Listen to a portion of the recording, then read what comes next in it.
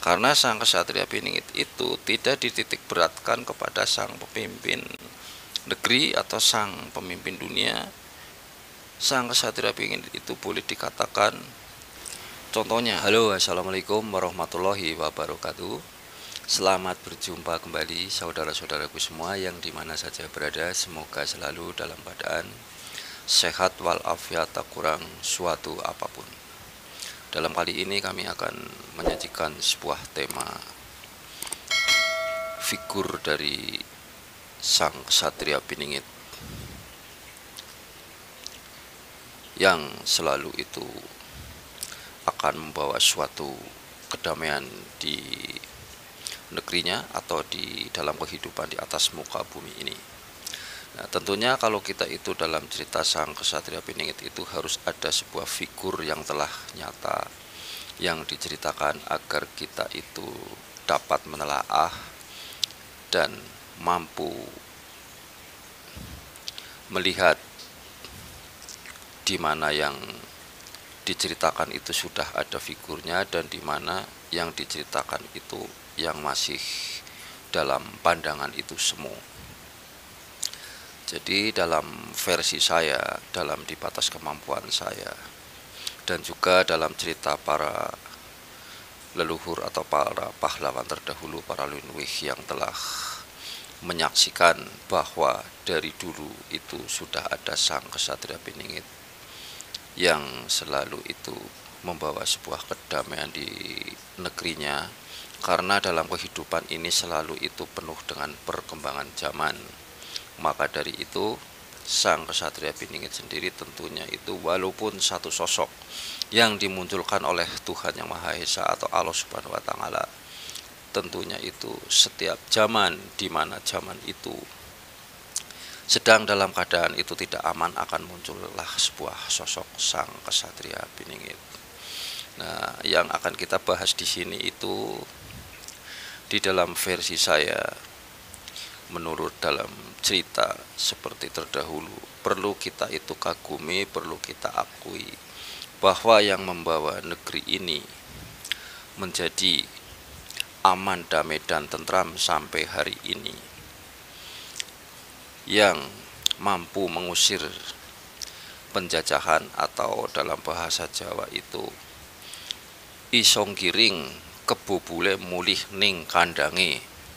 Nah, itu kita bisa pahami sosok tersebut itu yang membawa bahwa yang terdulunya itu nama ini bumi Nusantara sekarang menjadi negara Indonesia itu adalah tidak lain adalah beliau itu Bapak Presiden Soekarno atau Bung Karno, yang beliau itu mampu memerdekakan bangsanya dari penjajahan yang begitu menyedihkan di dalam perjalanan hidupnya sehari-harinya.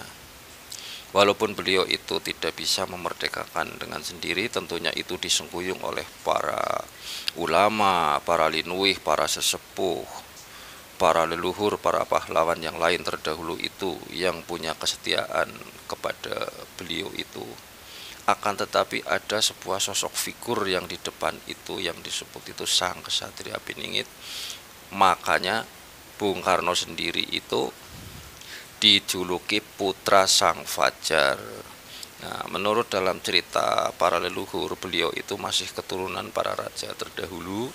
Jadi hal yang lumrah atau masuk di akal kita mudah diterima untuk memberikan suatu julukan beliau itu adalah sang kesatria Piningit yang lahir di awal muka bumi ini itu hilang dari penjajahan. Jadi kita itu sebagai manusia itu tidak boleh melihat sisi dari kekurangannya dari para pahlawan maupun dari siapapun, karena yang disebut pahlawan itu adalah orang-orang yang membela orang yang lemah, yang membinasakan orang-orang yang akan membuat sesuatu tidak kenyamanan. Karena setiap perjalanan hidup manusia itu pasti akan ada sesuatu kekurangan, atau sesuatu tanda bahwa itu suatu ujian dari Yang Maha Kuasa, seperti halnya dalam perjalanan hidup kita di atas muka bumi ini bagaikan sekertas lembar putih yang ada satu titik tintanya. Pada umumnya kita sebagai manusia tidak akan memandang di tepi sisi titik hitam yang masih lebar luas dalam lembaran yang putih itu. Itu termasuk suatu kelemahan di dalam diri kita, agar kita itu bisa menghargai dan bisa menghormati kepada para pahlawan atau para kesatria yang terdahulu itu membawa negeri ini menjadi aman, damai, dan tentram sampai hari ini. Mengapa saya ceritakan bahwa beliau Bung Karno itu termasuk sang kesatria peningit? Satu, itu dijuluki putra sang fajar. Yang namanya putra sang fajar itu artinya itu memberi suatu cahaya terang benderang, setelah itu kegelapan. Itulah yang disebut putra sang fajar. Mengapa saya ceritakan bahwa beliau itu termasuk figur dari sang kesatria tersebut? Karena beliau itu diberi karomah oleh Tuhan Yang Maha Kuasa atau Allah Subhanahu wa Ta'ala. Dalam cerita para leluhur itu, bahwa Bung Karno sendiri itu jiwanya atau tubuhnya itu bisa dipecah menjadi 12. Maka dari itu ketika waktu beliau itu dalam ceritanya sedang menjalankan sebuah sholat, itu ditembak dengan jarak dekat oleh penjajah itu, kena apa itu tidak tembus.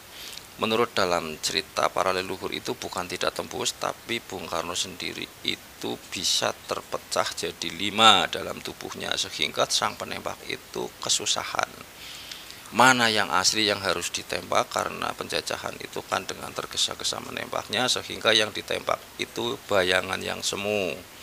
Nah, itu termasuk karomah beliau yang dari Tuhan Yang Maha Esa, bahwa diberi kelebihan agar negeri ini itu menuju suatu kemerdekaan. Walaupun beliau itu banyak difitnah, sering ditahan di sana sini, tetap dalam jiwanya itu tegar satu tujuan, kepingin memerdekakan sebuah negerinya untuk generasi yang akan datang. Maka dari itu kita itu kepada siapapun jangan memandang sisi kekurangannya, akan tetapi perlu kita pandang sisi kelebihannya, sisi kearifannya, dan sisi kebijaksanaannya. Itulah namanya orang hidup di atas muka bumi ini. Di dalam cerita tentang Sakatira Piningit itu bukan hanya isapan jempol belaka, bukan berarti saya itu menceritakan yang ngoyoworo, akan tetapi dalam cerita ini saya ambil dari dalam cerita para saksi terdahulu, karena waktu ketika beliau itu masih menjabat atau masih melawan suatu penjajahan yang dulunya itu Nusantara ini sebuah kerajaan, akan tetapi menjadi terbentuknya sebuah negeri yang itu yang disebut negara Indonesia. Saya sendiri itu belum lahir, maka saya di sini tegaskan saya itu ambil cerita dari para leluhur. Itu seperti itu. Tentunya para leluhur terdahulu itu kalau bercerita itu tidak pernah mengada-ada, tapi cerita fakta yang ada, seperti halnya sebagaimana itu menciptakan sebuah kitab. Karena sang kesatria Piningit itu tidak dititik beratkan kepada sang pemimpin negeri atau sang pemimpin dunia.